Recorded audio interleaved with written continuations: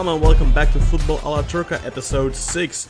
This week we're here with a very special episode during the international break in which we will discuss Turkey's international qualifiers for Euro 2020. But apart from that, we will also delve into an impending foreign limit return, and for that I am joined once again by Burak and Özer, but not just my two compatriots, also Bruno Bottaro, live from Italy, is joining us on the show today to discuss the foreign limit and Turkey's results. Guys, welcome to the show, and Bruno, thank you very much for joining us as well. İyi akşamlar, buonasera tutti. Buonasera. That just reminds me of the song Buonasera, Signorita, Buonasera. Amazing. It is time to say goodnight to Napoli, right? Oh, you're a man of many talents, Kaan. Yeah. Next episode should be you singing us to sleep, Kaan. Oh, well, I used to... I'm not going to the next festival of Sanremo, which is a traditional masterpiece here in Italy, so... Yeah, maybe my next career once I leave all this behind. But let's talk about some football. But before we do that, Bruno, maybe shortly introduce yourself for our listeners that don't already know you. Although I think most of the English-speaking Turkish football fans will know you from Twitter, but introduce yourself anyway. No, or maybe also a wait for me. To be known by many people in Turkey. Actually, it all started with a holiday back many years ago. I went to Istanbul without knowing that it would have practically, changed my life, because my passion for Turkish football, which took me completely with that trip, became really something more. I started my own blog in Italian that was called calcioturco.com, which is basically Turkish football translated into Italian. And then I had some chances for local magazines and also English-speaking features to write something somewhere, work with newspapers. And then I also had a quick stint at TRT World in Istanbul last summer. And now I'm working in Germany. I'm here in Italy just for a few days on leave days, but actually I live in Germany now, in Munich, which is a kind of another province of Turkey, of course, like mostly in Germany. But actually, it's my new job is at DAZN, which is OTT sports television. They also stream some Turkish football matches in Germany. For the moment, the Turkish Cup.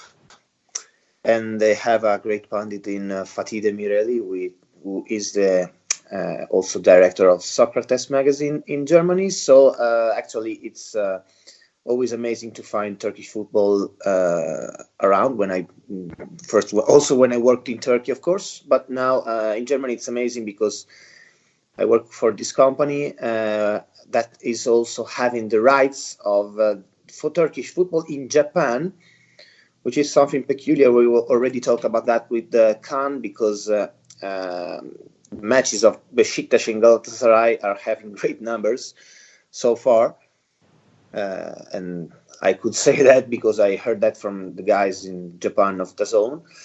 And they will have the Super League for other 3 years from now, and they also will stream more matches. So I always meet Turkish football even when I escape Turkey. So as I was saying to an old friend from Istanbul, you can even leave Turkey, but Turkey never leaves you. This happened to me the first time I went there, and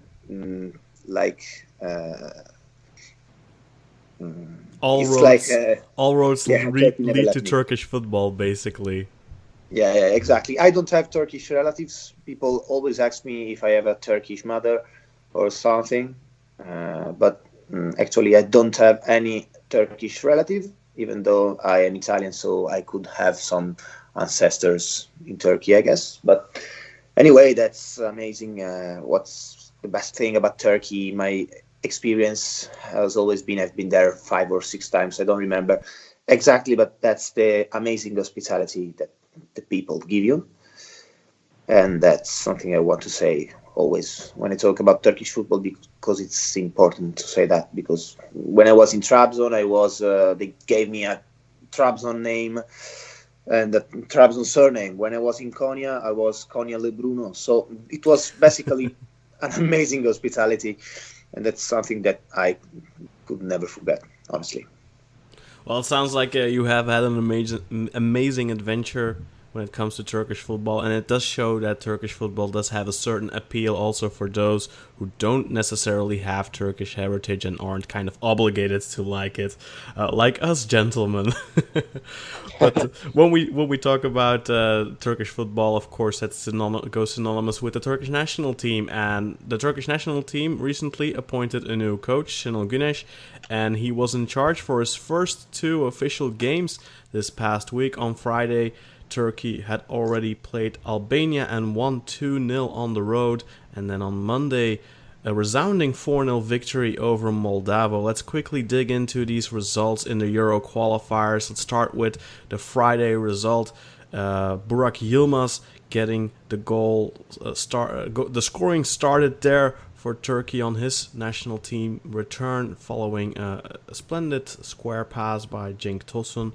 And then in the second half, Hakan Çalhanoğlu scored this 2-0 and sealed the deal pretty much for Turkey for their first win of the week. And then on Monday, Turkey won pretty easily. Hasan Ali Kaldırım opening the scoreline early on in the 21st minute. Then Cenk Tosun doubled the score only a couple minutes later. In the second half, Cenk Tosun again and Kaan Ayhan for the resounding 4-0. And this match really could have ended so easily 7, 8, 9, maybe even 10-0. So many chances. And not just normal chances, but really 100% like chances. Burak Yilmaz even missed a penalty. Burak, I'm going to throw to you first. What did you think of these 2 matches, and what did you like and what didn't you like about Şenol Güneş's new Turkey team? I thought the partnership between Burak Yilmaz and Cenk Tosun was very promising. You could see Cenk was enjoying playing with another striker. That's where he struggled at Everton, I feel, when he's the lone striker with 3 midfielders behind him. I liked the introduction of Zeki Çalık. I know he came on because Gökhan Gönül got injured, but I thought he put in a good performance. So it was good to see a young right back who I think should now start going forward. I thought Mahmut Tekdemir played well in his 2 performances. He kept busy in the midfield. I think we were talking beforehand about Okay Yokuşlu. I thought his physical presence was really good against the Albanians, who did seem to want to play a little bit dirty. Lots of fouls going on in that game, lots of people falling over. I think Hakan Çalhanoğlu, good goal, aided by deflection, of course, but I think that's good for his confidence, playing behind the strike pair of Cenk and Burak. Deniz Türüç, I thought he got a couple of assists against Moldova, so good to see him get on there. Nostalgia reasons, loved seeing Emre Belözoğlu. He went off injured against Albania, but when he came on for the last, I think, 5 minutes against Moldova, he was straight on the pitch, shouting at people, organising the team, just being the Emre that I love, that some people might not like very much. 2 clean sheets, great to see. Good to see Merih Demiral. He was positive. The positioning could be a little bit better, and he does look like he's got a temper, but he is a Turk. And you know, there's a book written called These Angry Turks, Çılgın Türkler. So he's one of us, and he's a young guy. So I'm looking forward to seeing him develop into that role.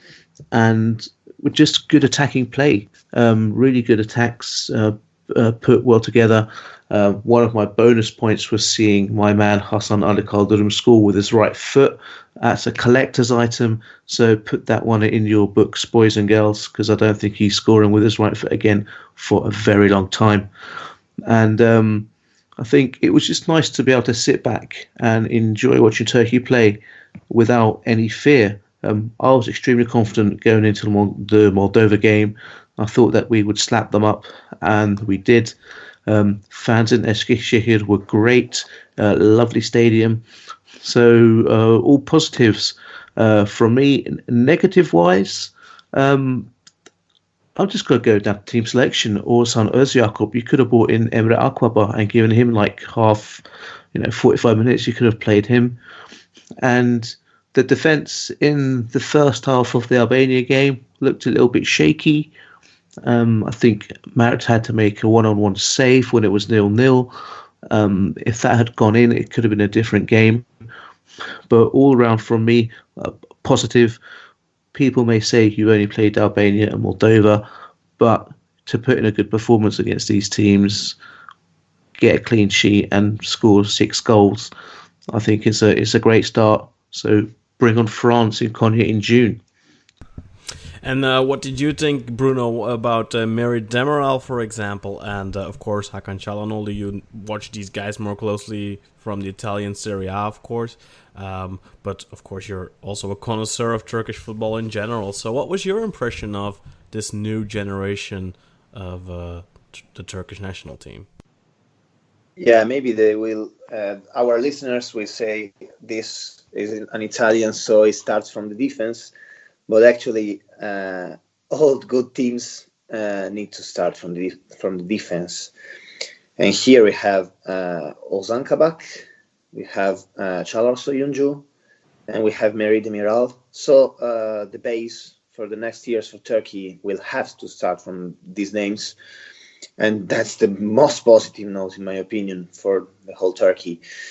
And to add to this thing, we can say that Mary Demiral has also impressed a lot of people in Italy in his first months, much more than Nakan, for example, because he's having a self-belief that no people believed that.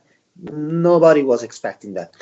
Actually, it was just like an unknown player coming from the Turkish league.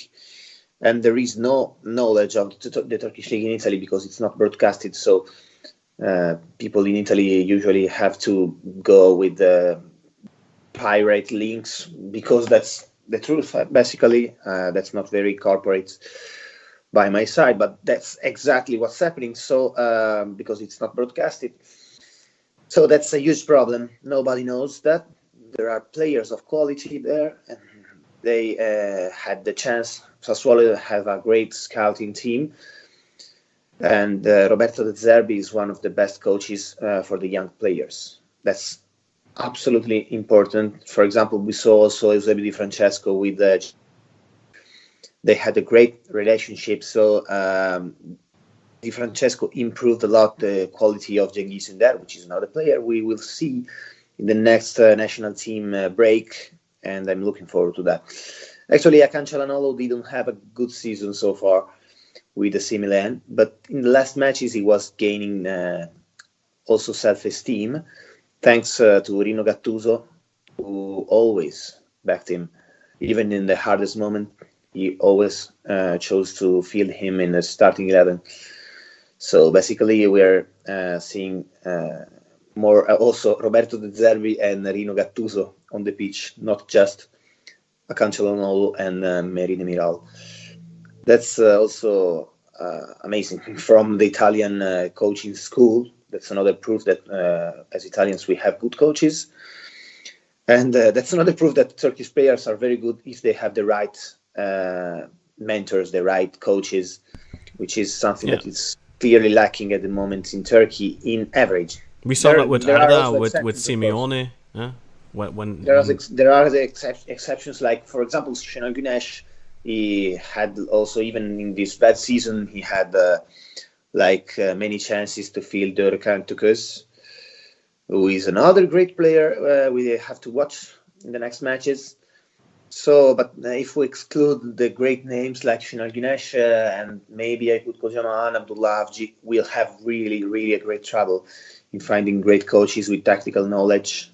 I have a couple of doubts technically with Turkey, even after those great matches after Albania and Moldova, because technically I don't know if the Burak Yılmaz and Cenk Tosun partnership could last with the stronger opponents like Iceland and France, because you need those to be covered in the midfield. But time will tell. We'll know just the next month if it will be like proposed once again, or if maybe Şenol Güneş will change his mind about that. As an Italian, I always think about the defense, and I can just say good words about Merih Demiral, who is the probably best notes of the last 2 weeks for Turkey, and in my opinion also as a Turkish player who gained the starting 11 for Sassuolo, and that was not easy at all, because a promising player like Mauricio Lemos did not do that. So that's not like something that comes easily. Demiral has done a very good job in a few months. He also has the right coach. He's great in also starting the play. And also a regista role as a defender, which is something really, really interesting to watch. Sassuolo is, even if I may hate them as a project because they like stole basically a stadium from Reggiana, which is a long story, and we don't have the time here to tell this. But actually, they are really interesting to watch because they have a great coach and a great mentality as shown on the pitch. So if you have time in the weekends, just take a look at Sassuolo because of Merih Demiral, of course, and also because they are quite interesting. Like 2 Sundays ago, they lost 3-5 against Sampdoria, if I remember this correctly. So you also can have fun by watching these matches. And let's move over to you, Özer. What was your opinion on the match? What did you like in these 2 games? What maybe did you not like so much? Well, I thought I was quite impressed to see Şenol Güneş start with a very positive attacking line, 2 strikers up front. And I was impressed that he'd gone for a few informed players. I know we've discussed already Oğuzhan being in there as well, which is kind of an anomaly in my book. But choosing Emre, for example, as captain, who is also captaining his club probably to the title, a lot of people would have probably criticised him for that, and probably did criticise him for that nonetheless. But he's the most informed player in that position, I'd say. Okay as well, who's doing great things in La Liga. He's been selected Player of the Month twice, I think, this season. Merih, who we've discussed at a great length, and I've taken down a lot of your notes, Bruno. I'll surely be watching Sassuolo in the coming weeks. And Burak Yılmaz as well, who although he got a few offside decisions against him and he missed the penalty, I guess you can't teach an old dog new tricks, and we just have to put up with the fact that Burak will keep doing this over and over again, frustrating us time and time again, but he'll still keep scoring. So until someone better comes along, I'm afraid we're stuck with Burak Yılmaz. I think he's only had like 2 offsides in the Beşiktaş shirt, actually, which I've been very really surprised. Yes. 2 offsides? I suppose in what, 4 in games? Like 8 matches. Oh, really? Okay. Yes, it's okay, astounding. That's better than I thought. He had 20 and 7 games for Trabzonspor this season. But that's because teams they park the bus. Yeah, that's true. Yeah. But were there 2 goals were disallowed, right? One from Burak was disallowed against Albania. I missed that one actually, but Umut said it was not offside. Do you guys recall whether it was or not? No, I just got in my notes. It was a great finish once again, despite being offside. So I couldn't see the offside clearly in the when I watched it again. I was just going to say, as a kind of a light criticism of Şenol's team selection, I was disappointed, like a lot of people were, not to see Ozan Kabak make his debut for the Turkish national team. Yeah, definitely. Was he injured? I heard. I know he was on a bench for Albania, but not starting him against Moldova. There was talk of him being injured. I read a few reports, so not sure if that is true or not. And if so, I would say it's probably right not to risk him for fear of his club being angry. But I don't know. Do we have any games now until the next 2 fixtures in June, or is that it now? That's it, if I'm not mistaken.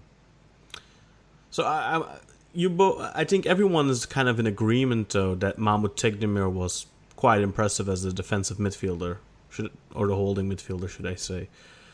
Does this, in your opinions, with Okay Yokuşlu, with Mahmut Tekdemir, I mean, is a call for Mehmet Topal still necessary in the coming periods, or is it time to close that chapter? No, absolutely not. I think his expiry day has come a long time ago. What about you, Bruno? What do you think? I absolutely agree, honestly. That's not a surprise because just watching the league games, you can see that his role, Mahmoud's, in Başakşehir's victory is very, very important because he's the man that gets all the balls that go to Emre Belözoğlu, that then makes a register all, and then what happens next is like usually a run by Yardimci, and that's like a team play. Yeah. But even in Emre's absence, we've seen that before in the previous 2 seasons when Emre wasn't around, they struggled. But now with Irfan Can and Mahmoud together, Absolutely. Even that works fine. So I think it also speaks because to Irfan Can is like stepping in a very interesting way because he was like supposed to be a striker. Honestly, I was believing that he was going to be like a 10, probably not Burak Yılmaz, but something like that in that role. But actually, he's getting more and more into the midfield, so he's becoming close to the role of Emre Belözoğlu originally, because Abdullah just saw that in him, and we have always to pay tribute to this coach because even though this is not the best Başakşehir, honestly, guys. Not this season. You also talked about that also at the Black Eagles podcast. I heard that. And I thought they were better 2 years ago. Yeah. They were much better. But actually, you can always see that kind of little genius that you don't see in many Turkish coaches nowadays, and also many other coaches that are there in Turkey. You always see these things from Abdullah Avcı. He has the time. He has also not the pressure to think about those moves. Because if he does like that at Beşiktaş, everybody would be, why do you use, I don't know, Güven Yalçın? You put him in the midfield instead of Özyakup. Everyone would be super angry, even if he plays his first match. That's normal. You have pressure. You have supporters that are pushing you every single minute. In Başakşehir, things are different for the positive and for the negative, as you already talked about many times. So that's maybe something positive for Irfan Can. He had the time to grow up and to improve his role, and maybe we are gonna see him more constantly. With Okay Yokuşlu, because Okay is fundamental, in my opinion. So Şenol will have many choices, and many arrows, many different tactics to show. Because if you are playing against Iceland, you can't give them all the midfield with 2 strikers. So probably you're gonna have to field the 3 midfielders in the middle to avoid to have too much pressure from the players from Iceland, because this is like the next big match. Everything depends on Iceland against Turkey. If Turkey do not lose in Iceland, I think they have a fantastic chance for qualification. But we've seen in the previous 2 or even 3 campaigns, because we're joined by the hip with Iceland, and we played them every qualification campaign. We had that with Croatia for a while too. It seems that if we can finally manage to not lose in Iceland, we have a decent shot. But before we move on, Burak, Mehmet Topal, what do you think? This chapter at the national team, is it time to draw that to a close? I think so, yes. I think even watching him in Euro 2016 play as a centre-half, because we had no one there. He's been a good servant. He had a great tournament in 2008. I just think it's time to hang up your boots, let the new generation take over. You've done your bit for the national team. Concentrate on your club football now. Yeah. And with Merih Demiral, with Ozan Kabak, with even, Kaan Ayhan might not be up to that level of talent, but he's a solid contributor too. And who am I missing? Çağlar Soyuncu, of course. We have a good generation of central defenders coming up. There's still that option for Ömer Toprak should we need it. So Mehmet Topal really isn't needed there either. I'm not saying he can be called up anymore, but I'm kind of worried that if he is called up and he is fit, that he'll play over other players that I think at this point have proven that they should be playing. But But I think we've said quite enough about the national team. We weren't planning on going super long on the national team, so let's move on to what we're here for the meat and potatoes of this episode. We're going to talk about the potential return of the foreign limit. Dun, dun, dun. So we got rid of this terrible thing, this terrible blight on Turkish football just 4 years ago in 2015. Finally, the foreign limit was lifted, and for the first time in my memory at least, because I can't remember a time when there wasn't a foreign limit, and for the majority of time that I recall, the foreign limit was always 6 foreigners on the pitch and 2 on the bench, and then later that evolved into 6 plus 2 plus 2, which meant 6 on the pitch, 2 on the bench, 2 in the stands. And then I think later even it became 6 plus 2 plus 4. And then suddenly, I think in 2013, they decided, oh wait, you know what, 6? Oh, let's make it 5. Let's 5 make plus it, 3. Yeah, let's make it even more difficult. And what we did see, I think, with that was always a lack of consistency in Europe. I think when we saw the lifting of the foreign limit, we immediately saw Beşiktaş doing really well in Europe. And that's kind of come to a halt now due to financial reasons, but I don't think those are really tied into the foreign limit either.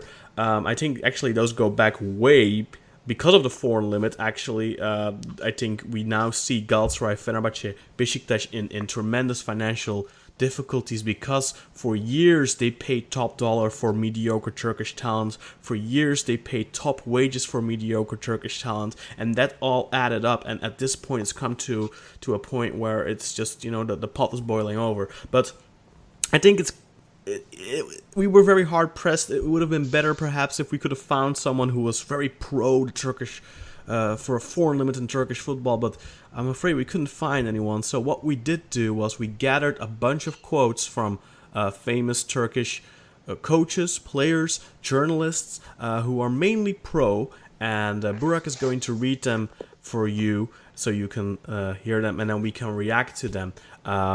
That's basically the format of this segment. So Burak, I'm going to throw to you first. Can you select a random quote from the tall hat and throw it at us, please? Yes, I'm just going to start with this very short gem from Semih Kaya. Now, this was from 2015, so when the limit was restricted, but I'm not too sure if it was when it was the 5 plus 3 rule. But simply, our friend Semih Kaya says, "Bence bir yabancı olmalı," which translates as, "I think there should only be one foreign player allowed." So, yeah, that's fun. That's quite. I don't want to turn this into have a dig at whoever says something stupid, but that's quite rich for someone who couldn't cut it in the Czech league. Yeah, bravo. Can we have some canned laughter here when we edit this later on? But Burak, could you maybe just do the translation, just skip the Turkish, because otherwise we're going to make it even longer. Okay, yep, not at all. So we've had that one from Semih, that was back in 2015. So let's have one that is a lot more recent, actually. So this is January 2018, and this is from Baris Yardimci of Bursaspor. And in essence, he's saying the high number of foreigners are stopping the emergence of Turkish players. So, and he goes on to say, instead of 14, if you were to do 8 with 6 on the pitch and 2 on the bench, it would be a lot better, aka going back to the old system. And then he also goes on to say the influx of foreign players are harming us, and it goes on to say they're taking our places. So if you imagine that South Park episode, they took our jabs. Yeah, took our jabs. Yeah, but we can agree with it. They are taking their places. Yeah, of So course. They're that's taking absolutely true. I mean, a guy like Baris Yardimci might actually be earning 1.4 million euros sitting on the bench at Galatasaray right now if it wasn't for this foreign limit being lifted. So I completely understand where he is coming from, but for the good of the quality of the league and even for the quality of the Turkish national team, his point is completely selfish and has absolutely no relevance to the quality of Turkish football as a whole. I get where he's coming from, but he's just being a selfish dick.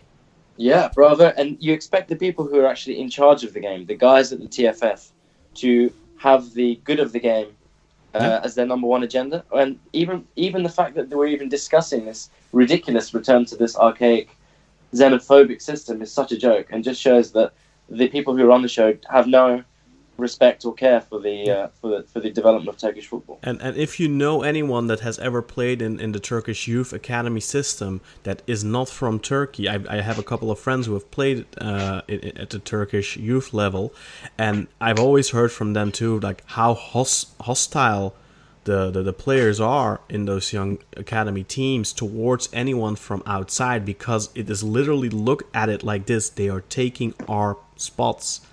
And I think it's a very wrong mentality. I understand it, but I you know what? I would maybe respect it if it wasn't for this inert complacency and laziness that Turkish players have. It's not like African players who do everything they can to make it to Europe and work very hard to get there, and Brazilian players or many South American players. No, Turkish players, they just want to get to those big couple of clubs so they can get a big fat contract, and then they want to sit on their ass. And it's not true for all of them, but it's true for a great many lot, and definitely a couple that we're going to hear in a while here from quotes from Burak. But Bruno, sorry for cutting you off. Was there another point you wanted to make in regards to their spots being taken?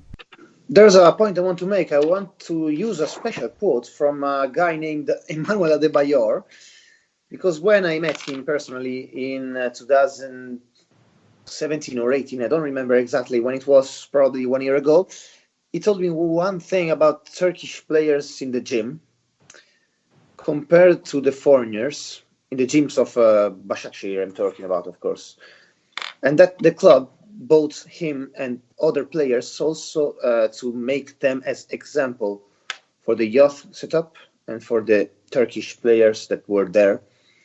And that's also an interesting point, in my opinion, because usually we hear about these signings by Turkish clubs, like old players like Dembaba, Adebayor, and probably, well, Dembaba, that's not the best example, also Robinho, but Adebayor is the example because he told me that. So that's probably true, that the club bought him in order to improve the mentality of the Turkish player. Yeah, for sure. Yeah, So I think the he even Turkish had a players- quote. I think he even said something in regards of how lazy Turkish players are. Exactly. Yes, that's what he said before, and that's like my question came about that, because I wanted to hear if that was like mistakenly taken by his word, but he really meant that. Yeah. So he even said further that the club wanted to buy many foreign players, and they will keep on doing that because they need examples for the players that are there. That, like, for example, Gaye Clichy stays there until late. Adebayor stays there until late, and for example, the only player with Turkish nationality that was staying there was Cengiz Ünder. So that says. But if you look now, for example, Başakşehir is a great example. I think they have a lot of foreigners and quite high quality foreigners. But when you see, they also have some Turkish players that are very important.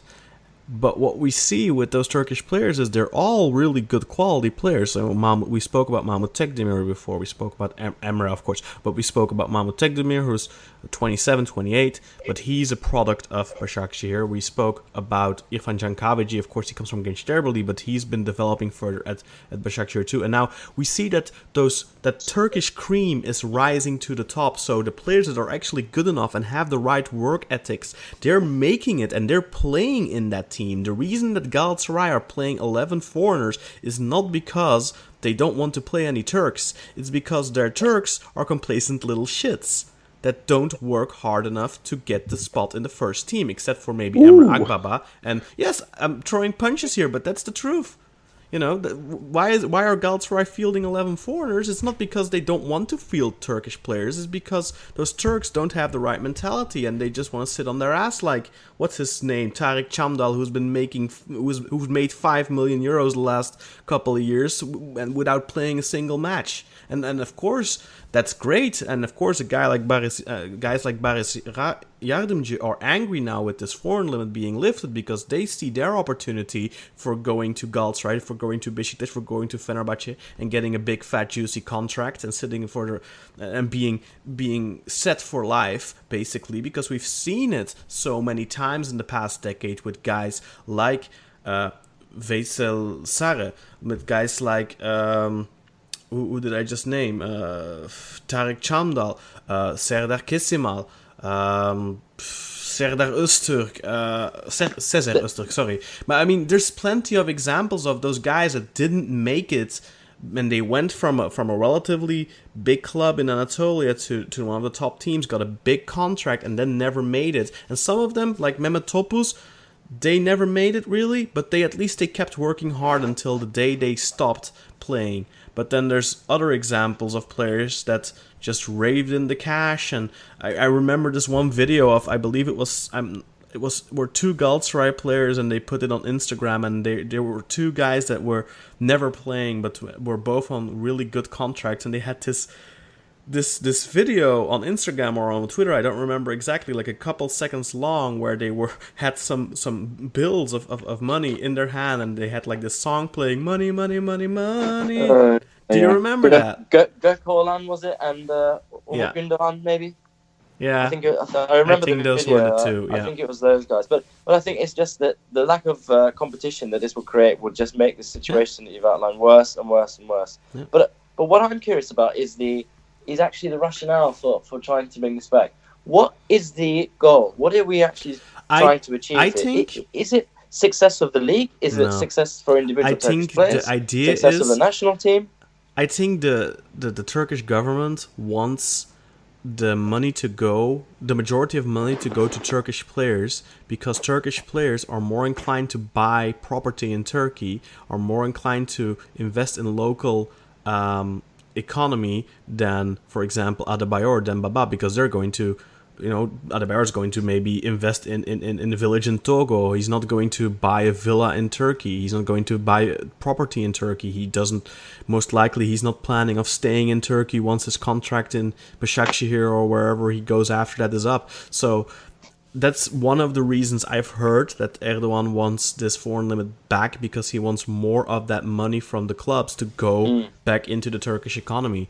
I think the argument of it benefits the national team is bollocks. I mean, we've seen in 2 decades, we've taken part in 3 tournaments. We've missed out on, 7 or something. In only 3 years, we've taken part, or 4 years now, we've taken part in 1 tournament already. So that's, already a fraction of what that was. And we're seeing now with these 2 matches against Moldova and Albania, and of course, those aren't the strongest opposition, but we have struggled a lot in the past against these types of opposition, and we're seeing now that we're finally starting to reap the rewards a little bit, and we're going into that transitional phase of the next generation, and guys like Ozan Kabak, guys like Meri Demiral, guys like Çağlar Soyuncu, Cengiz Ünder, they are the result of the foreign limit being lifted.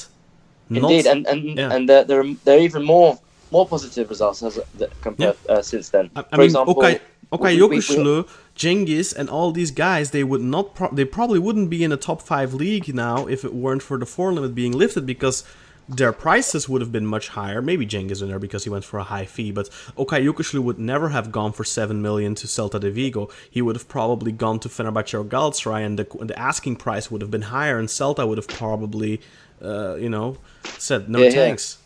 And then, in addition, that since the foreign rule has been lifted and we've had a free roam, an unlimited, 14 number of foreigners, we've had more fans visiting stadiums. The average attendance has gone up to almost 15,000 from about 12 last year, and 12 itself was a big jump from the previous year. And we had the Kagawa deal.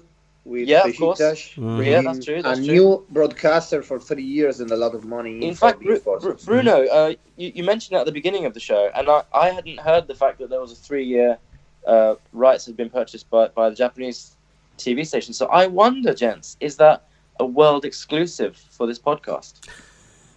Perhaps. I don't know, but I think it's maybe Bruno spoke too soon. Yeah. No, but usually contracts are like 3 years long. Yeah. That's a point. But certainly, in addition to that, of the introduction of the investment from Bain Sports, so money's pouring into the league from the Qataris now. They should. I fully expect them to use their strong lobbying powers to prevent such a rule from coming in, because football's show business now. They want a return in their investment. They're not going to allow the foreign rule to come in and stop this progress and stop them getting their money back and stop them exporting the league to other countries. I hope so, but I mean, Kagawa can still play for Beşiktaş with a foreign limit. I mean, you still have 6 players that are allowed on the pitch should that return, and Kagawa would definitely still make the team. But the question is, with Beşiktaş... The question is, I was reading about another Japanese player that was in the radars of Beşiktaş. Yeah. I don't remember the name at the moment, but that's very important if they sign another player. That would be... Like they would go super crazy for that. So that's the point. Bein Sports are not just buying the league because putting their own money into the league. That they're trying to sell the league to other broadcasters all around the world where Bein Sports is not present. So that's very important. We always say, Magari, that probably we hate modern football for that, but modern football could save us from a foreign rule. Yeah. And we need the money too. I mean, the Turkish clubs have a combined 20 billion or 10 billion lira debt, and all 3 of the big clubs are in deep financial cesspool. And any sorts of money that we can get from outside coming in is more than welcome. And if for example, DAZN Japan is willing to pay a significant amount of money, and that money, at least a percentage of that, goes to the clubs, then that's an advantage. I mean, look, without Beşiktaş signing Kagawa, that deal would have never happened. So obviously, I think that Beşiktaş and Galatasaray should get their piece of the pie there, because Nagatomo as well played a role, because DAZN already last year bought the rights to Galatasaray's matches. Now this year they bought the rights to Beşiktaş's matches. And do you know, Bruno, of the rights that they bought now, is that just for Beşiktaş and Galatasaray, or is that for the entire league now? They are saying that probably it's gonna be from the next season, of course, because this is the first phase. But from the next season, could be 4 matches per week. Per match day. That would be huge, that's quite significant. But it's just in definition anyway. I think 2 matches are mandatory, of course, and then 4 matches. It depends on the placeholder. So because it's like also DAZN, it's like growing platform. So it's in a kind of big worldwide testing phase. But we've already seen the interest in the Turkish league go up with the BN acquisition. Now in the US, the matches are being broadcast on BN USA, and now of course also in Canada Japan as well. In Canada, it goes also on DAZN, I can say, because I have also the subscription, and this is the lucky part of working into a company. I also have the subscription at the Canada account, and they have a deal with Bein Sports that directly they show the Bein Sport channel, so they can show like they usually show the Beşiktaş matches because they have Atiba Hutchinson. But that's the point that anyway you always have like 1 or 2 weekly matches, and when they broadcast the free between Beşiktaş and Fenerbahçe, they come going crazy. Because it was an amazing match. Yeah, of course. Propaganda for football. I mean, I might have not liked that match as much as exactly. you guys did, but it's I mean, and of course, I mean, Kagawa's debut against Antalyaspor, it wasn't the more perfect way to introduce the Japanese public to the Turkish league or Beşiktaş at least. I mean, it's a little presumptuous of me to say the Turkish league because obviously many of them would have probably already watched Galatasaray with Nagatomo, but that was a perfect way as well. And just the way that the Kagawa's career in Turkey has started as well. 3 goals, 1 assist in a very limited amount of minutes. It's a great way for him to get back into the limelight and get back maybe into the Japanese national team. I believe he's also going to the Copa America. The league might improve. It's just like thinking as Serie A are also thinking right now, better product placements, which is something that you need to think before. Because when Beşiktaş Fenerbahçe, that is so far the best game of the season. I'm sorry, Kaan, but that's exactly what was the worst second half I've seen all season. What are you talking about? That's exactly what a customer wants to see when he buys yes, of course subscription. So if you need to broadcast Turkish football, you need those kind of matches. Yeah, definitely. Use those kind of matches while there is a Barcelona, Real Madrid. I don't remember. There was probably a Chelsea Manchester City or a Manchester City Arsenal. I don't remember, but there was a huge Premier League game in that moment. So that was the reason why Beşiktaş Fenerbahçe did not have the same numbers in Japan as probably Beşiktaş and Talyaspor.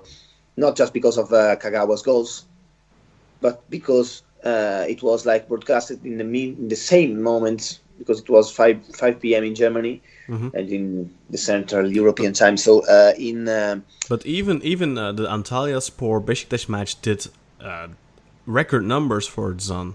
Yeah, right? Yeah, because it was in an hour in which there was it was the first match of Kagawa, so there was a hype of that. So they built up the match pretty well, but there was nothing else at that moment scheduled. So it was the biggest match in that moment, and everyone was curious about that. And also, it's like Netflix as platform, yeah, so you can see the match, watch it on demand even later. So even if the derby did not have the best numbers in the live session, it had great numbers in the catch-up sessions. So I can say that's a new way to see sports. It's interesting to be part of it because you see the building. I mean, these many of these foreigners are getting more eyes on the Turkish football product, and that's going to benefit Turkish football in the long run too. Yeah, and I know there are talks of other possible countries, so I hope that they do not introduce once again the foreign limit, because all those countries that are maybe lining up now to buy the league, they will disappear. Yeah, and that's from someone who works in the sector, yeah, who has exactly. a professional opinion on this. About that. That's I would put my money on it, because actually it's not in theory. That's also part of my money, and my career is going to it. We can just end the podcast right here and send this recording over to Be in Sports, and hopefully they'll say no. Exactly. I would really say that many times as also bias part in this, because that's also if I can talk with people in Italy, okay guys, are you interested in buying the Turkish league? Because there are these players. Also, are you interested in buying the Turkish league? Oh, there is these new limits, so all the foreigners are okay, we can buy the Dutch league instead. Yeah, that's what they can answer me. So actually, that's very important. But let's hear a couple more of these quotes of the people that are in favor of a foreign limit. Burak, it's time for you to speak again because you've been so quiet. Yes, I've been listening intensely to your conversation, gentlemen, and looking for my next quote. So I think the next one, I'm going to go to the president of Trabzonspor, Ahmet Ağaoğlu, who says that themselves, Rizespor, Bursaspor, Göztepe, and Erzurumspor want the foreign player limit dropped to 8. And he says, our job is to work and develop the youth of Turkey. So that's why he says they want the foreign limit to be slowly reduced.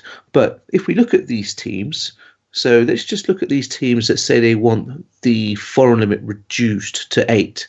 And I'm going to tell you how many foreign players they have in their teams. So Rizespor currently have 16 foreigners. Göztepe currently have 15 foreigners, one of which is Cameron Jerome, who needs to get in the bin. You also have Erzurumspor, 12 foreigners, Trabzonspor themselves, who are producing lots of great Turkish young players. You've got the two Abdülkadirs, you've got the goalkeeper, you've got Yusuf Yazıcı, and more. They've got 11 foreigners in their squad, so 3 of them would have to go. And then you have Bursaspor, who have 10 foreigners. And I don't believe I mentioned Akhisar. Akhisar have got 12. I'm not sure if Akhisar were in the list given by Ahmet Ağaoğlu of Trabzonspor.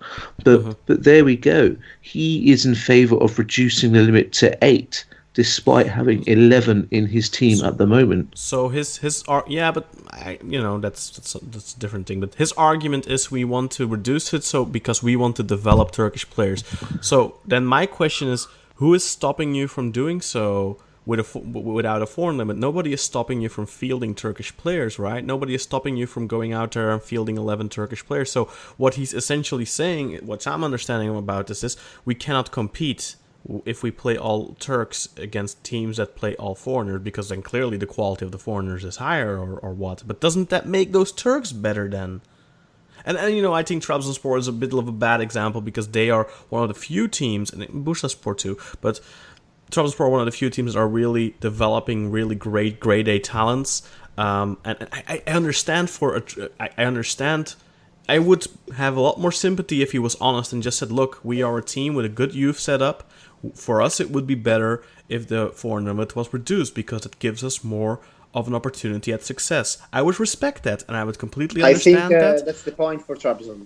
Trabzon, they would like to have that, because they would be in a first position when there will be like the transfer market. They will just need to sell some players, and then they would need not to buy big players, or they will need to sell like Yazıcı to Galatasaray for 30 million of euros, because that's just how the market would work. Because I can't think about how Yusuf Yazıcı could cost with a foreign limit, for example, or Abdülkadir Ömür.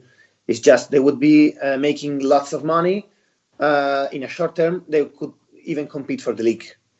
That's but who can afford those guys? I mean, look, Beşiktaş can't afford Yusuf They Yazıcı would not. even so now. They would fight for the league. That's the point. That's maybe a way they would see to win the league. I just can understand their point for that. Yeah, I completely understand, and I respect their position. And I can even respect but that. Then he needs to say it. Then he needs to call an apple and not call it a pear, because he's just talking bullshit right now. And sorry if for you just all watch the standings. Yeah. And if you see the standings and the precedents that we're talking about, those foreign limits, you can just see why they were talking like that. I believe because you see Bursaspor in big trouble. But that's their own fault. The Rizespor, actually, they're quite amazing. So I don't understand that. Also, they have a good coach. But they did really poor in the first half of the season. In the first half, they were really risking going down. And they've so gotten actually, an insane amount of points now. Gone. Erzurum, they're gone. So. Yeah, I mean, I can understand these clubs, for sure. Definitely clubs like Erzurumspor, who probably can't afford expensive foreigners. At least, I mean, they have a couple like Obertan. I'm sure he earns a decent amount of money. But I can completely understand these teams that they cannot afford more expensive and quality foreign players. But maybe then, instead of arguing for a foreign limit, argue for a wage cap. And make the wage cap relative to the income and the incoming and outgoing expenses of a club. So then, for example, let's say Erzurumspor's wage cap would be, I'm just saying something, 600,000 euros. For Galatasaray, its wage cap could be, I'm just saying something, 1.5 million euros.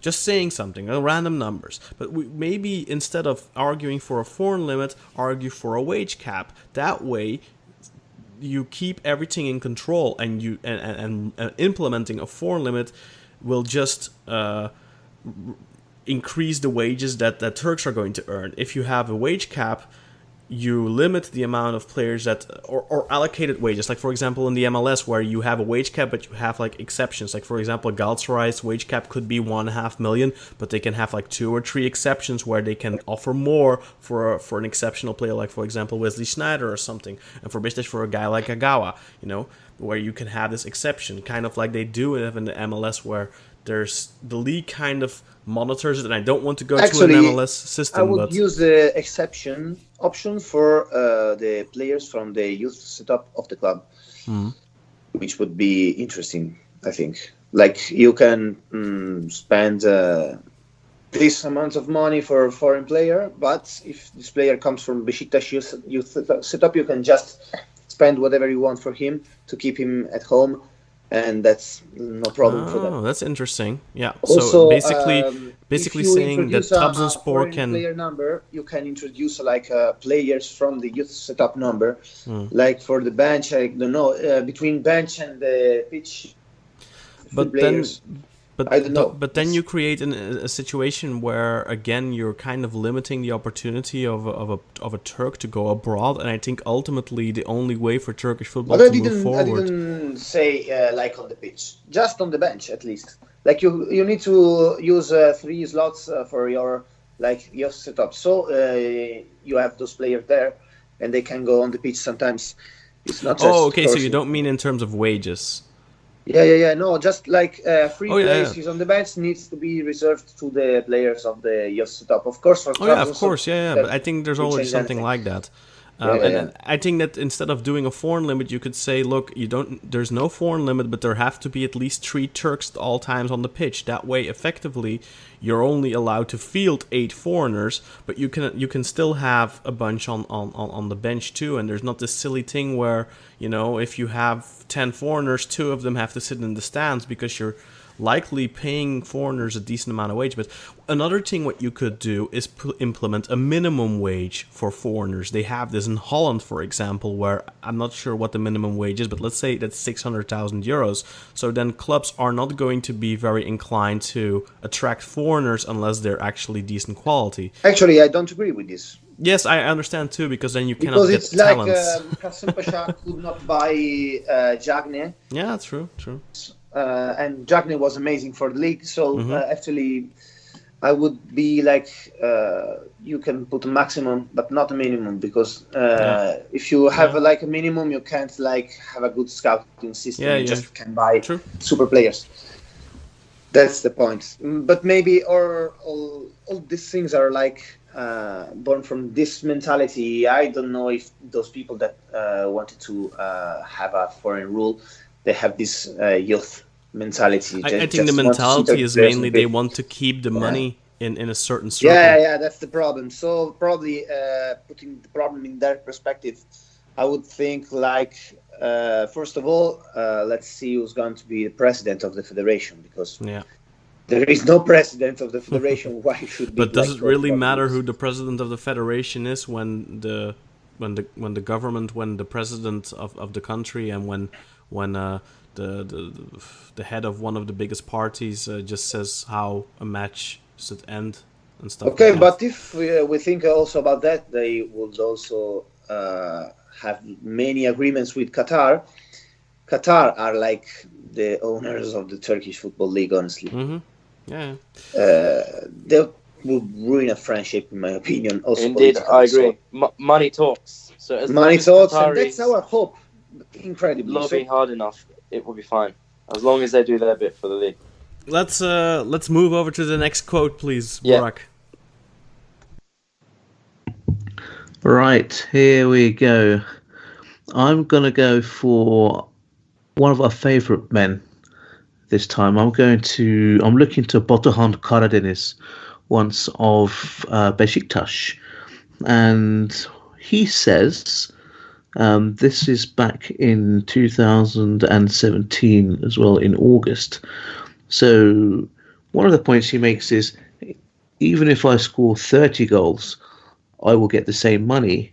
And he hasn't scored 30 goals since he came onto the scene in 07-08. So I'm not sure what he's saying now.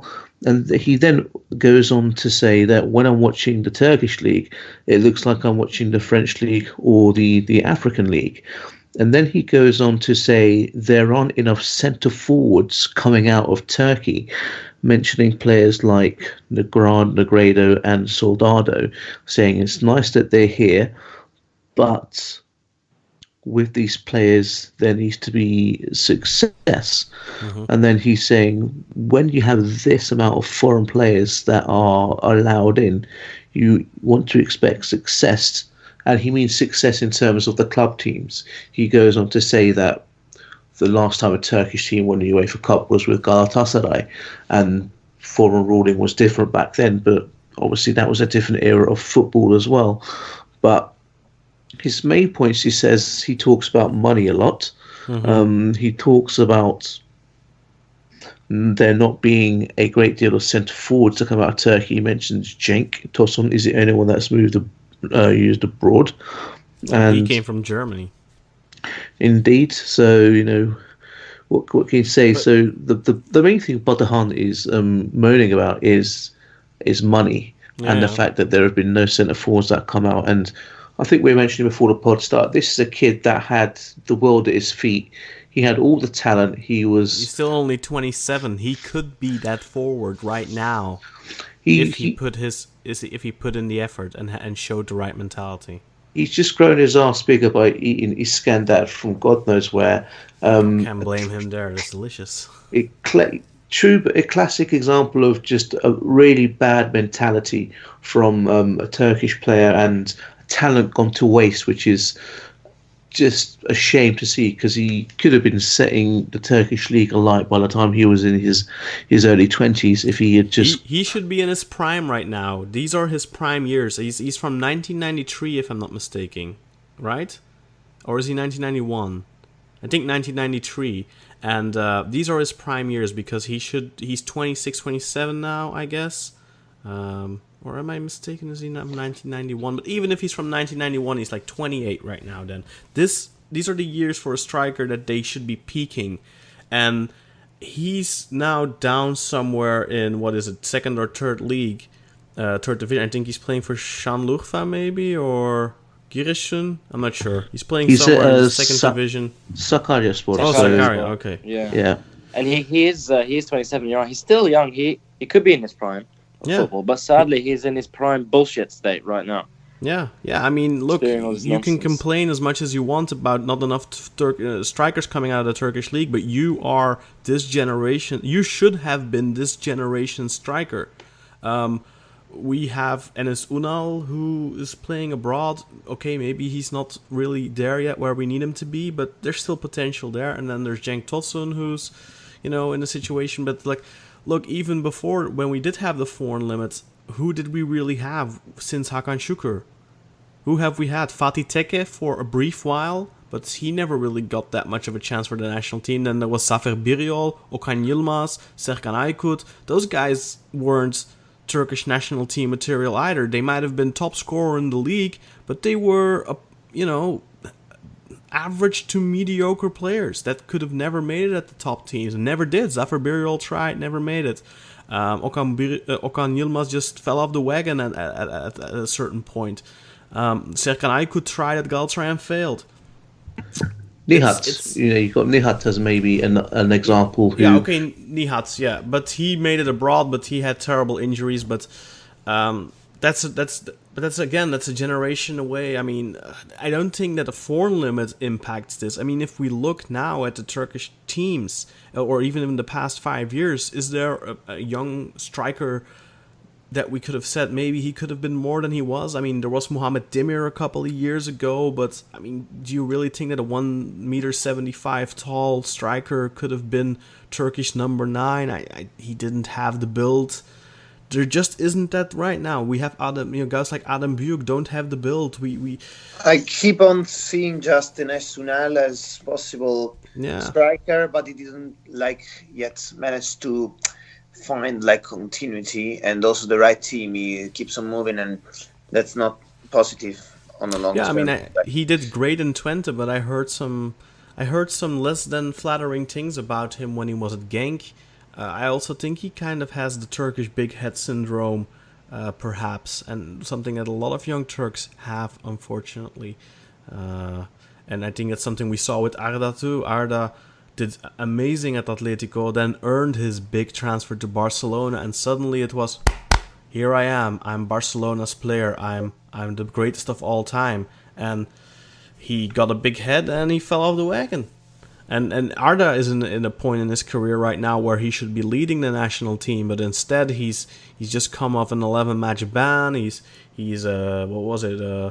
getting in fights in nightclubs because he's hitting on people's wives, and I also have a poster shit here in my room, and I can see like a French newspaper I have from the 2016 European Championship, and it's written like La folle semaine d'Emre Mor in Francais, which is basically the crazy week of Emre Mor that was called up on a surprise, and then it was almost starting against Croatia. I was there at Turkey-Croatia in Paris at the Parc des Princes. And me too, Bruno. Was like the starting 11, yeah.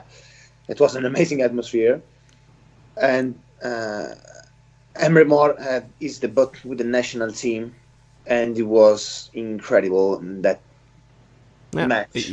Great start for him too, but also someone who got a big hit. We all saw his photo with his chair, his golden chair at his house in Vigo, and he's not playing anymore. That's something we saw with time and so much talent. It's incredible. But that's something we saw with Batuhan Karadeniz too, and with Muhammed Demirci, the Turkish, the Turkish Messi. We saw this when these kids, they're 18 and they're driving Lamborghinis, Ferraris, and yes, this is a thing that most young stars have across Europe, but apparently Turks seem to be much less capable of dealing with that. And I know that in Europe, especially in England and Belgium, and in the more modern leagues, there's a lot of money also invested in guidance for these young players, learning them to cope with to cope with money, invest in portfolio, stuff like that. Agents even do that for them. But in Turkey, I don't know. It just seems to be this. I think it's a part of the culture, perhaps, but also the mentality. And I can't help but feel that all these arguments up till now, like Burak already pointed out, it all revolves around keeping the money within the circle of those Turkish players and just keep each other rich, basically. I haven't heard a single valid argument so far. So, Burak, please find us an argument that makes some sense and is not about money. That is going to be like finding an old Galatasaray game in which Arif Erdem didn't dive. Almost impossible. That was a little joke there for Aussie. Very good. Very indeed. Good. And just on the subject of strikers, we need to touch on Ahmet Kutucu, the under-19 Turkish international, who didn't play in the under-19 Turkish team, supposedly due to illness.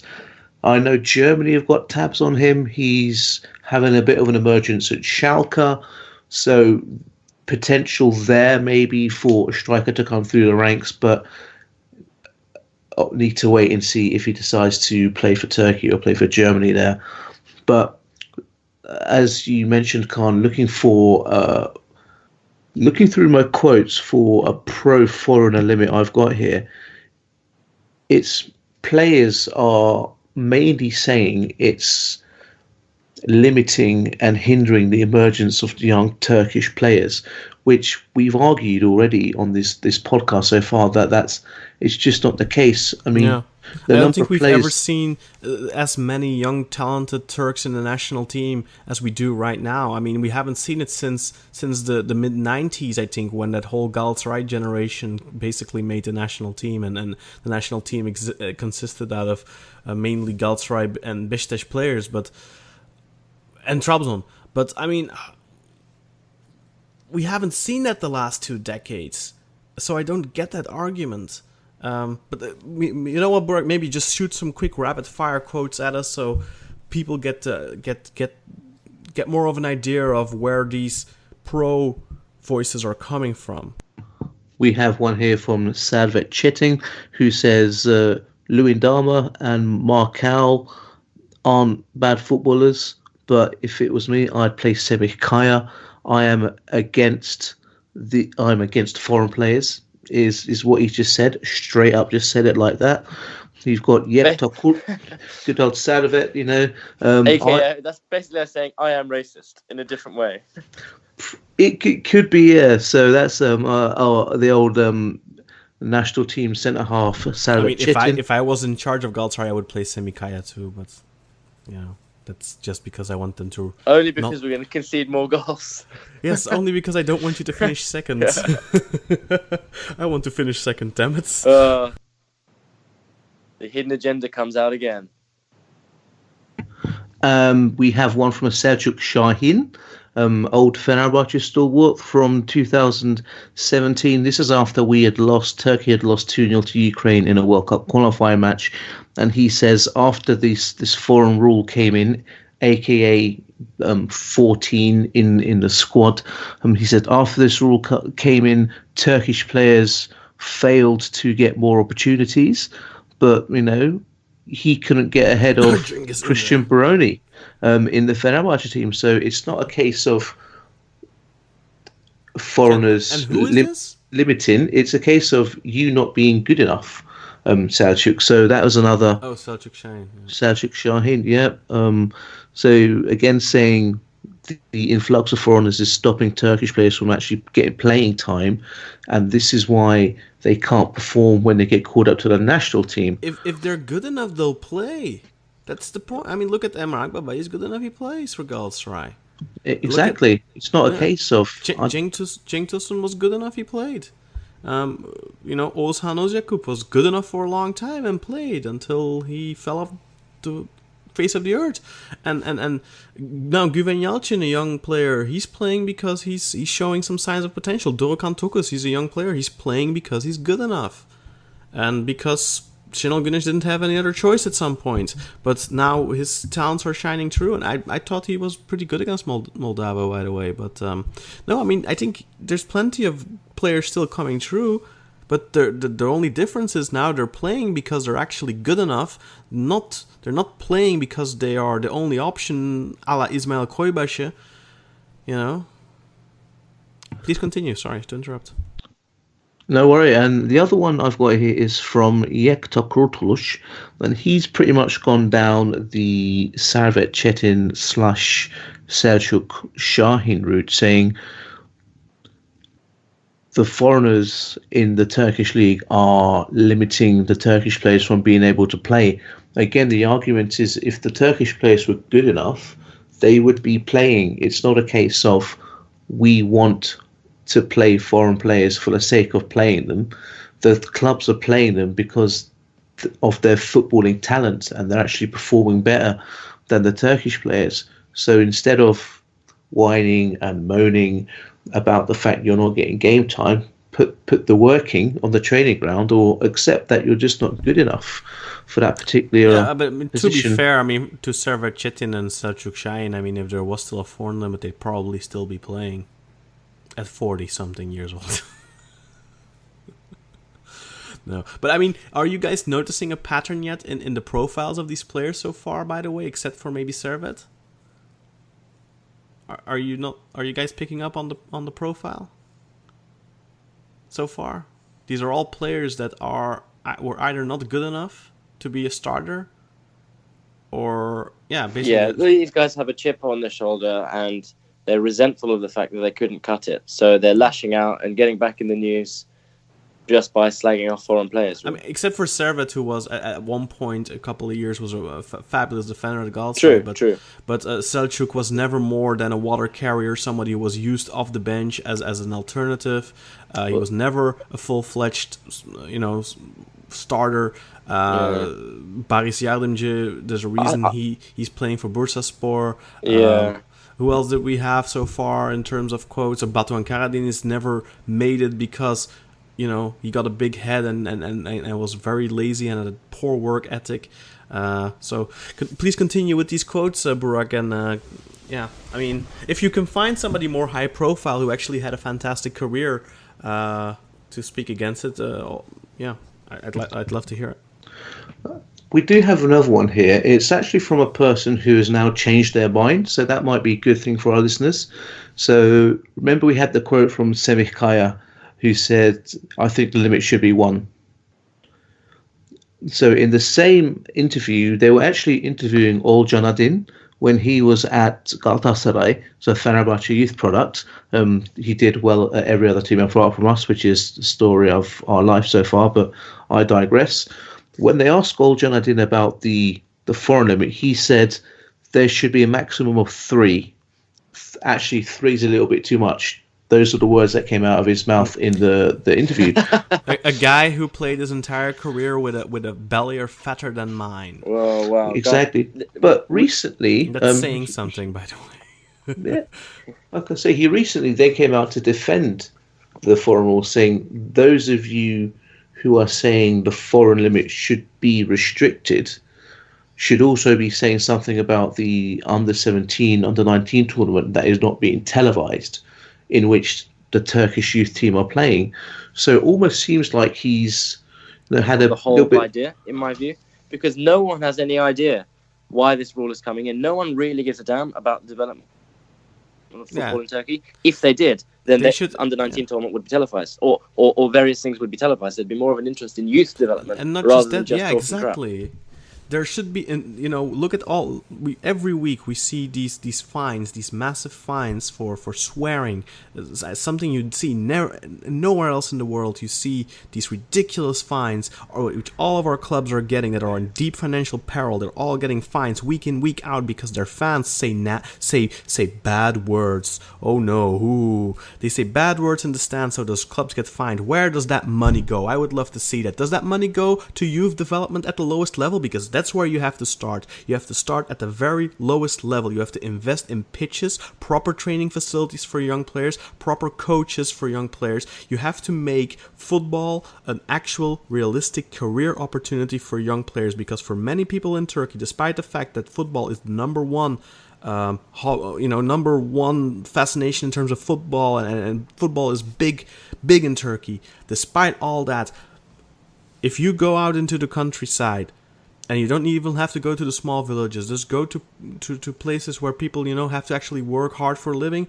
Their kids, they go to school, and when they talk about playing football, they say, no, study hard and get a good, proper job, because football is not seen as a proper career. And I think if you do handle it more professionally from the lowest level here in Belgium, if you're 5 or 6 years old, you can go and join a local club. But when you join that local club, those local clubs have football pitches, those local clubs have youth coaches, those local clubs have proper facilities, they have dressing rooms, all that kind of jazz. And that's at the amateur level. And that's something we're lacking in Turkey, and that's something the Turkish Football Federation should be investing in, because those local clubs are the ones that develop the players from ages 5 to 11 to 12 once they start getting swapped up by the bigger clubs. And that's the big fundamental issue. We constantly hear about it. Beşiktaş, Galatasaray, Fenerbahçe need to invest more in their youth academy, but they also have to get their potential from other places.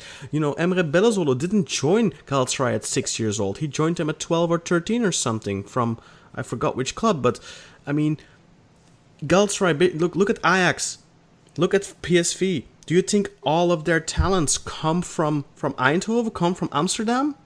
No, PSV sends out buses to Belgium even, 50, 60, 70, 120 kilometers further to get those kids to go to training and get them to go to the matches. They send out the buses to collect those kids. And that's something that the Turkish clubs could be doing too, Beşiktaş, Galatasaray, Fenerbahçe, but there needs to be... There is like a slight good note on that, because things are also improving. We also have to remember where we are coming from. There is a German man from the 80s, I believe, Jupp Derval, that came to Turkey, and he saw the grass was not on the training pitches. And he was like, okay, guys, you should change everything. And then Galatasaray started to be like the Galatasaray of the 90s. Like the best team in Turkey for years, and then he set an example for the other also Turkish clubs. What's happening, for example, in Trabzon right now, and in the last years, the results are like visible. But it's work they have been doing for years. They are like having partnership with all the clubs of the Black Sea coast, like Akçabat, Exactly. Sivasspor, and all these kind of clubs. They're like building. And that's why Trabzonspor have this great youth setup. Sport, for example, they even have the colors of Trabzonspor because they are like every single club of the coast of the Black Sea is in close ties with Trabzon, and they have this dolmuşa service for the kids. They have lots of things that are pretty impressive, and now they're building a new training center in the like artificial island near the Şenol Güneş Stadium. So basically, what I'm trying to say is that there are good examples. For example, also even female football in Turkey is growing. There was a report of my old colleagues at TRT World. They went to Hakkari, which is a town like located close to the border with Iraq and Iran. And in Hakkari, there is a new team of women football, and like the league is going to be expanded to 10 teams, the Super League, the female Super League, and also more money is coming in. So there are like things that are improving all over the country, even in the places you wouldn't think. But of course, as you said before, Kaan, there is lots of work still to do. Yeah. At the foundation of the fundamental levels need to be improved first, and instead of there are the examples anyway. This is just another lazy, supposed quick fix for them, implementing a foreign limit instead of actually doing, investing in youth. They're building these ridiculously big stadiums everywhere. 40,000 seat stadiums for teams that can't even get 15,000 people in the stadium. Instead of putting that type of money in that, invest half of that money, build a 25,000 stadium, build a 30,000 stadium, and invest the rest of that money that you save on that and invest it in youth facilities. By the way, the stadiums are not a bad idea after all in a long-term perspective also, because I am in Italy. There is a worse situation if I compare it to but you can build stadiums with the possibility of expansion. Because there is nothing like there is no idea of future without the stadium. Of course, the stadium is just the last part of a structure. The training center is the first. Look at for example, Bursaspor, maybe not the best example, but they're an example of a stadium that's a little bit too big for them. Realistically, a 35,000 stadium would have been much better for them. Look at Eskişehirspor, they've got 35,000, that's perfect. Yeah, Eskişehir is like a perfect example of that. Also, the new Ankara Gücü Stadium is very good.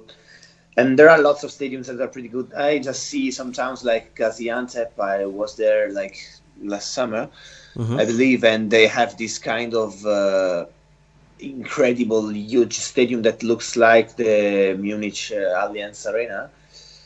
And of course, as you can imagine, it's not like the kind of stadium that attracts people. Yeah, they used to have a decent crowd though at the Kamil Stadium like many years ago when they were actually... but like they don't attract like 30. No, of course, no. K people there. Let's not forget that much of the Turkish economy is fueled by one-ton construction. Yep, so a lot of these stadiums are A, unnecessary, B, built in the middle of nowhere where there are no roads, no train links. No because it's like construction means just to be concrete construction. Exactly. That's the point. Building a youth development complex on grass won't make anybody any money. So there's no incentive there, unfortunately. It's all about the money, as we were talking before. As you probably know, in Italy there is building stadiums, and the new tribunes they are using. They are just made of iron and steel, which is very dangerous for everyone. But that's because there is a DAZN factory quite close to Bergamo, quite close to here. And that's quite big, so they need their own interest. And so tutto il mondo paese, as we say in Italy, the whole world is like the same village, repeating and repeating. So everyone is trying to make their own interests, both for the foreign rule and for the stadium thing, for example. Too many fingers in the cookie jar. Exactly. So as you see, the problem of the training center is that there is no big industry on that. So, but it that's takes... what we should be investing in, though. Yeah, that's, You know, Burak, please, some more quotes. With nearly exhausted the list, I've actually found one from the chairman of Göztepe. If you remember, Göztepe were one of the teams who were in favour of the foreign limit being reduced, along with Trabzonspor and some others. So their chairman, Mehmet Sepil, says in this report, the reason we are making the foreign limit an issue is this: Turkish players aren't coming through the ranks. Türk oyuncu yetişmiyor. Turkish players aren't being developed. And I say to you, Mr. Mehmet, I say to you, Enes Ünal, Çağlar Söyüncü, Melih Demiral, Cengiz Ünder, Ozan Kabak, Cenk Tosun, Okay Yokuşlu, Mehmet Zeki Çelik. I mean, how come these players are coming through the ranks and there you seem to think there aren't? I do think it's just a mentality issue. Us Turks, we're stubborn, we're proud, we're pig-headed, we're almost set in our ways, and I think that is a detriment to a lot of the talent themselves, the people that are managing them at these levels. I mean, if I look at from a Fenerbahce standpoint, the only real youth product we've ever produced in the last 15 years is Semih, and even he wasn't a starter for us, bar that amazing goal against Croatia. He scored in 2008, and okay, there was one season where he got about 20 goals, but yeah, I think he became top scorer with 18 goals or something. Yeah, but one youth product. Over that many years, it's embarrassing. It's disgraceful. What do you think? What do you think? Sorry to interrupt again, Bora, but what do you guys think of perhaps implementing a rule where you basically, in conjunction with the TFF, if you sign a foreigner and you're late on your payments, they can go free or something like that, or there's a punishment, or there's a point deduction or something like that. Then maybe clubs are not going to overspend on foreigners too quickly. I don't know. Well, I think already that exists. If a player isn't played after a certain amount of time, they can approach FIFA. Yeah, but maybe a point deduction system is. It doesn't get applied. There is the rule. I think 2 points must be per FIFA rule. But the problem is that many players, I don't know why they don't apply to FIFA. So that's like a dog biting his tail. So I know there is a story in Italy about Alessio Cerci not getting his 7-month pay salary from Ankara. Yeah. And he's also training out of the team. That's the same for Tommaso Ertö, who's a defender that came last summer too. And both are training also with the reserve team because they are excluding for the team. They don't want to. I heard a similar story from Alanyaspor with Gliror Plet. He's been training with the reserves there for months too. But they need to go to FIFA. I don't know why they. And Sebastian Frey at Bursaspor. Same thing. Yes.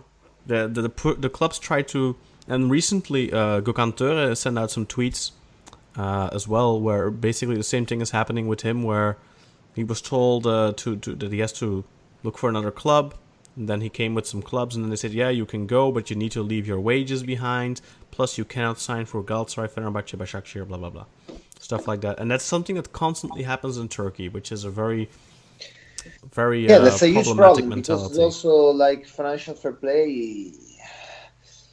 That's a rule that must be respected. And many clubs like Bursaspor, they had exclusions from Europe because of these reasons. So basically, they need to get into professionalism with this. That's not. Yeah, I think that's one of the biggest issues is the mentality in Turkish football, and it triples down from the top because we've been bashing on some of these players with their quotes, but we see it in the clubs too, where there's just this unprofessional mindset and you see it a lot with, for example, players that aren't performing well, or not playing a big role in the team. And if there's players not getting their wages paid, those are usually the first ones that don't get whose checks won't clear. And I mean, as a supporters will understand, but professionally, it's not right. It doesn't matter how much you may dislike a certain player, if you have a contract with that player, you're obligated to fulfill your end of your obligation, whether they are performing or they're not. I mean, that's not a part of the contract, unless you have specific performance-based contracts, but that's most of the time that's not the case. But we see that with the players too, where there's just this complacent mentality, and I think a lot of it stems from the professionalism from the top down. But the foreign limit is not the answer to improve Turkish football. I think improving the professionalism of Turkish football is investing in youth. You can spend a lot of money and appoint the best youth development and all that, but unless you're going to give those players a chance at some point, nothing will really change. And we do see for Trabzonspor, for example, they are giving players chances, but also again because they're kind of forced to, because Trabzonspor have been on the brink of bankruptcy for the last couple of years, and for years they tried to compete with Beşiktaş, Fenerbahçe and Galatasaray financially by signing big name players like Marcelinho and stuff like that, and now they're basically being forced again to tap into their own well again. And maybe that's something that's going to come eventually anyway now with the financial peril all the clubs are in. I really don't think that implementing a foreign rule is going to help that. On the contrary, it's only going to give those Turks more leverage to ask for more money, and for those clubs to ask for more money for their average Turks. So I think it's one of the biggest reasons that so many Turkish clubs are in such financial straits right now. Is that foreign limit? I mean, if we look at those fees that were paid for Mehmet Topuz, for Ozan Tufan, that was even after the foreign limit. But I mean, Ismail Koybaşı, I'm sure Özer can name quite a few from Galatasaray. I mean, we had so many of big ridiculous fees for really average players. And that's all a product of the foreign limit. I don't think we have any more quotes, do we, Burak? We have exhausted all the ones that I have found. We had some quick scatter ones from a number of players, and we've had the ones from the Göztepe and the Trabzon chairman.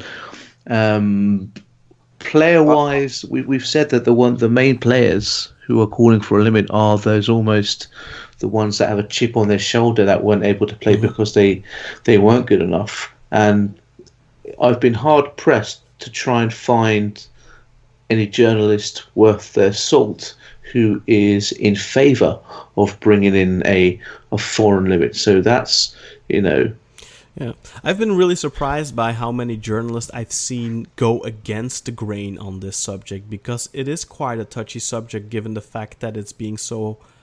it hasn't been as pushed as hard in recent months by Erdogan, but he's the one who started all this. He's the one who started the snowballing effect last year, I think.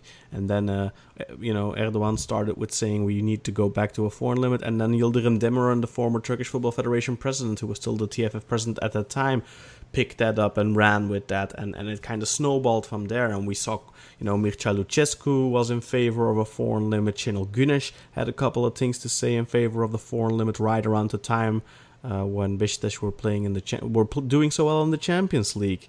Well, in fact, Şenol Güneş just in September last year said that the number of foreigners in the league was too high. So yeah, you know what I mean.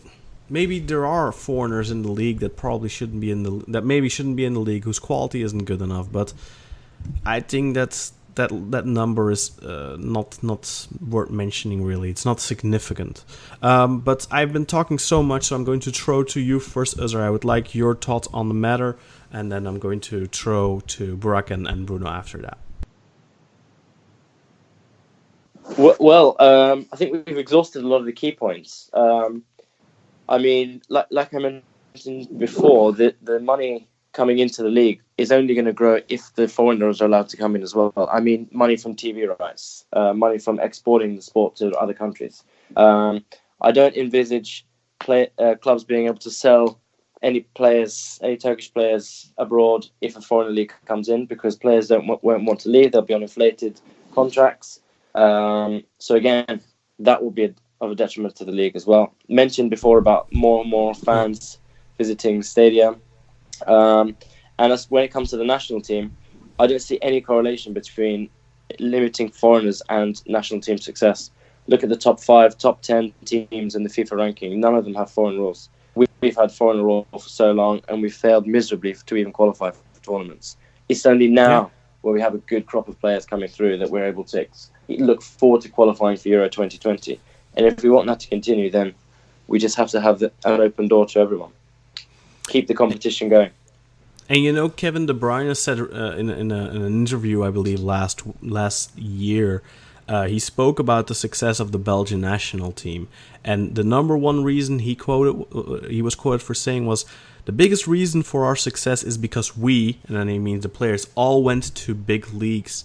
He was talking, of course, about himself, Romelu Lukaku, Jan Vertonghen, Thomas Vermaelen, Toby Alderweireld, Vincent Kompany, Marwan Fellaini, all those guys that went to top leagues. They went to Spain, they went to Italy, Nainggolan and such.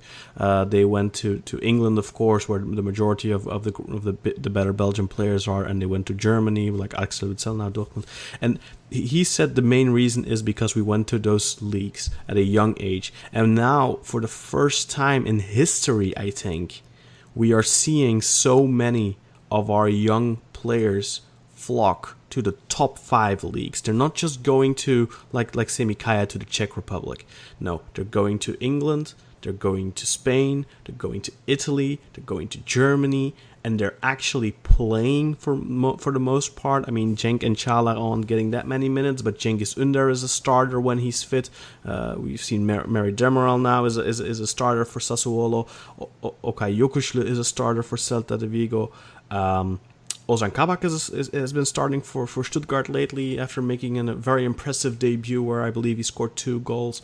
And in the between 2005 and 2015, so that's a decade of foreign limit, I think we saw Arda Turan go to a top 5 league, Mehmet Topal very briefly for 1 or 2 seasons and then came back to Turkey, and I think there's one more. Tuncay, of course. Tuncay Şanlı, of course, to England and then later to Germany. On a free transfer. That's 3 players in a decade. And now since 2015, in 4 years, we've seen, I can't count them on one hand. We've seen quite a few players go. We've seen a Turkish transfer record being shattered. Cenk Tosun going to England for 23 million euros. Which is an absolute record. Never ever was there paid a fee more than 20 million for a player from the Turkish league.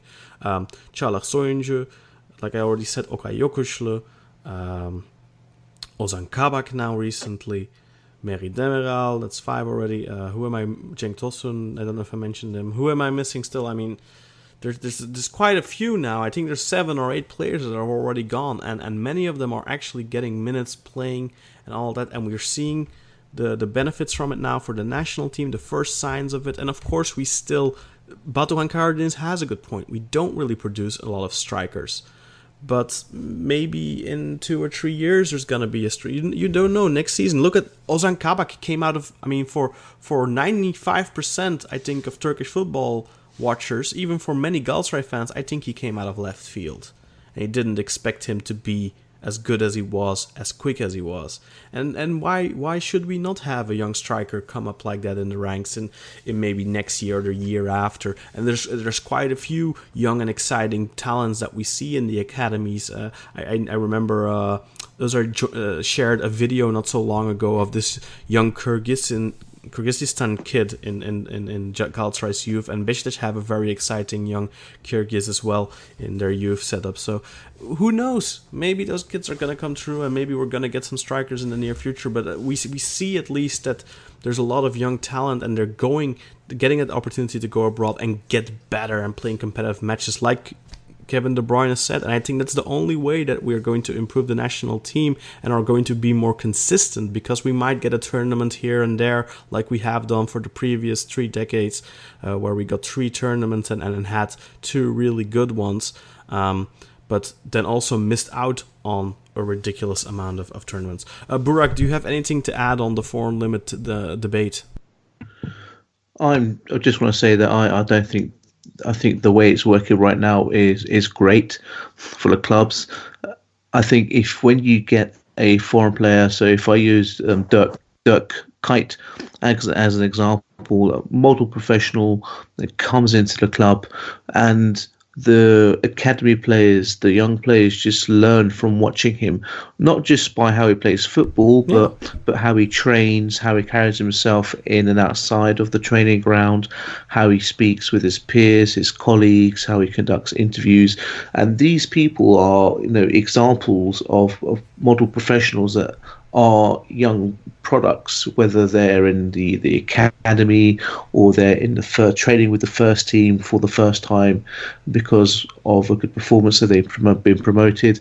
These people can only be good influences. Now, of course, you're going to have a few players, both local, like Turkish and foreign, that are going to not be of that mold. But when you get someone like a Dirk Kuyt, great professional, someone like a Kagawa, a great professional, Nagatomo. Exactly. Well, we can keep saying these names for days, and they're coming, and they should be, and I think they are improving the quality of the players we have in our team, and hopefully ushering in a change of mentality within the youth. I mean, I can see it within Fenerbahce with the way we're trying to now restructure our youth program now. Of course, that's not going to happen overnight, but I'm hopeful that takes 5 to 10 years at least. It's not something you immediately reap the benefits from. But it's a positive step in the right direction. Yeah, of course. To what has almost been non-existent previously. The likes of Merih Demiral being let go, the likes of Duhan Aksel, who's now been transferred to Lille, coming through our academy, somehow slipping through the net. But the foundations are being laid, so I'm positive with regards to that development. And hopefully, this silly foreign limit is just scrapped and it continues. And then as these foreign players come into the league, they can train with the academy, or they can help the academy players learn from their training that they've had in their countries. So I'd like to almost see maybe a better integration. Integration is maybe the wrong word, but maybe more help being passed down onto the younger players. Because if you can get them thinking like hard work, discipline from a young age, then that's only going to help us reap the benefits of them and stop these wasted talents like Batuhan and some other Olcan and God Cesar. Ceyhun Eriş. Well, Ceyhun Eriş, he did have his few good games, but yeah, again, the one that suffered from needed an arm around him, or just to be better mentored. Yusuf Şimşek. Oh, you're just naming Fenerbahce players now. Yeah, but they were all great talents that could have had much better careers than they ended up having. But like Bruno said as well with Adebayor, I mean, they expect him to set an example at his club. And I mean, of course, when you bring in foreigners, you should go for players that are going to, have a quality injection, obviously. But I don't think any club goes out there with the idea of, hey, we're gonna bring in some foreigners this window and they're just for squad depth. I think every time when they bring in a foreigner, the intention is for them to play and like I said, I mean, the Turkish players that end up playing then are usually playing because they're good enough. Bruno, do you have anything to add in regards to this debate?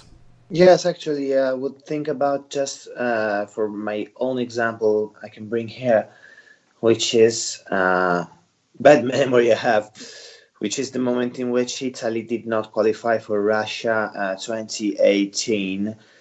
It was like a national tragedy for Italy, and I'm not joking, because it was like 60 years with Italy going to the World Cup, and this was the first time ever witnessed, even by my mom, not just by me. So that's like something incredible for all the people here. And there were lots of pundits in Italy that were calling for a foreign rule in Italy. And even like a couple of weeks ago, I was reading some tweets from Sky Sport pundit that is really respected in Italy. If I'm not wrong, it's Stefano De Grande. Was proposing in Italy, of probably Alessandro Alciato. I don't remember exactly who it was, but he was proposing there are some good ideas for Italian football. 6 Italian players on a pitch for every single team in Serie A. Well, guys, every single word we said tonight can be used also for these people in Italy that don't realize how much important this Serie A brought for everyone watching. Yeah. And probably the quality of the game would drop so much. And all the things we said are really, really would you agree, Bruno, important. if I said that it was a lazy fix? Like a lazy answer to a usual lazy question? answer get more retweets in this case because you can't do this in Italy because it's part of the European Union, so there is a law that can't be changed regarding the players on the pitch and this kind of stuff because you are part of the European Union agreement, and that's a lucky thing. That's why the English want to get out of the European Union so they can start banning their foreign players, which they hate so much. Oh, yeah. So gone with Sergio being Aguero. The best league in the world as revenues, of course, immediately, and they would drop all the money they get. So maybe in the long term they would realize. That would be good for the rest of the leagues. Maybe they would get. Yeah, some maybe money for the Super League if they keep the foreign quota as it is. Imagine if our clubs got £93 million a year in TV revenue. Well, Bruno, finally, players will get their money on time, I guess. Yeah, that's true. Bruno, I have a question for you. On top of the obvious limitless EU players for Italian league, isn't there a max of 3 or 4 non-EU players allowed in the squads? Well, technically, yes. But it's just in a match day squad. So, as you can imagine, it's really creative. And, well, it's just like Fernando Muslera is Italian. Right, okay, yeah. Kind of and Messi even has a Spanish passport. Yeah, all the Turkish players, Hakan Çalhanoğlu plays for Milan, is German. For this kind of true. thing, even though he dropped his nationality, I think he can be considered as German because he we were there. I suppose Cengiz Ünder would be Cengiz Ünder is Turkish. So Roma, that kind of transfer section, Roma could sign just one per session if they sell to non-EU player. That's also another law that is really important to respect, but they always find a way because it's Italy. Yeah, maybe they get him to take an Italian passport in 2 years. Yeah, but they will find a way. Or also, even though it's not a problem because to buy a player, you need to buy 2 players. But after that you bought 2 players, you can buy a player from like a second division team and then sell it outside of Italy, and then you get a new slot for a non-EU player. So it's really complicated, and then it's an easy human trafficking. Yeah. To do traffics and this stuff. There are lots of stories on that. So do you remember when we had the foreign limit and we had Mert Nobre and Mehmet Aurelio? My God, yes. Yeah, I mean, those are things that you start creating then, I mean... And also the Bruma loaned out to Gaziantep. Oh yeah, when he just tore his ACL. Yeah, he was... I and think then got loaned out. He never went to Gaziantep because there was no reason for that in that moment because he was in Portugal probably. But incredibly, he was a Gaziantep sport player for 6 months. So that's the foreign rule. Imagine if he would have turned out to be the next Cristiano Ronaldo and he played, or he was under contract with Gaziantep for 6 months. It's kind of funny. But yeah, I mean, you know what? I mean, for the people listening here, I mean, you can all tell very clearly that we are all very much against a foreign limit. And I think we have expressed our opinions wholeheartedly, and I hope that it echoes many of your opinions. And if it doesn't, I hope you learned something. But if you didn't and you do not agree, please interact with us on Twitter.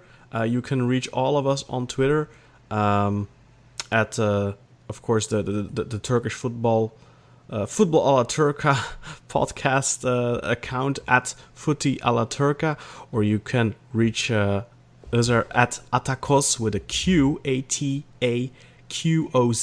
You can reach Burak at Burakiosaurus, and you can reach Bruno at BR1NO Bottaro, I believe, 2 R's. Yeah, exactly. Exactly. The problem with BR1 is because in Italian 1 is uno, so basically it's my name. Right. Unveiled, yeah. Very Very innovative. good. But you can find all that kind of stuff in the show notes. Thank you very much for listening, and we'll be back with some more Turkish football action next week in episode 7, because the Turkish League will be returning soon, although I think there's still a week hiatus, if I'm not mistaken. I think the league recommences on the 6th of April, so maybe we'll squeeze out another special episode. But for now, thank you very much for listening. Bruno, thank you very much for coming and sharing your expertise and of course your opinion on this matter. I hope to have you on again in one of our future episodes, and very much appreciate you taking the time to talk to us. Thanks a lot, that's my pleasure. And of course, Burak and Özer, thank you guys both so much. Thank you. Now it's time for me to get editing on this episode, so hopefully you will all be able to listen to this on Wednesday or whenever you decide to listen to the podcast. Thank you all, and good night. Grazie. İyi geceler. İyi akşamlar. Exactly. How are you, Özer? Go Brilliant. Irish. Oh, yeah, we'll just say good night as well. It's quite boring actually. Same over here.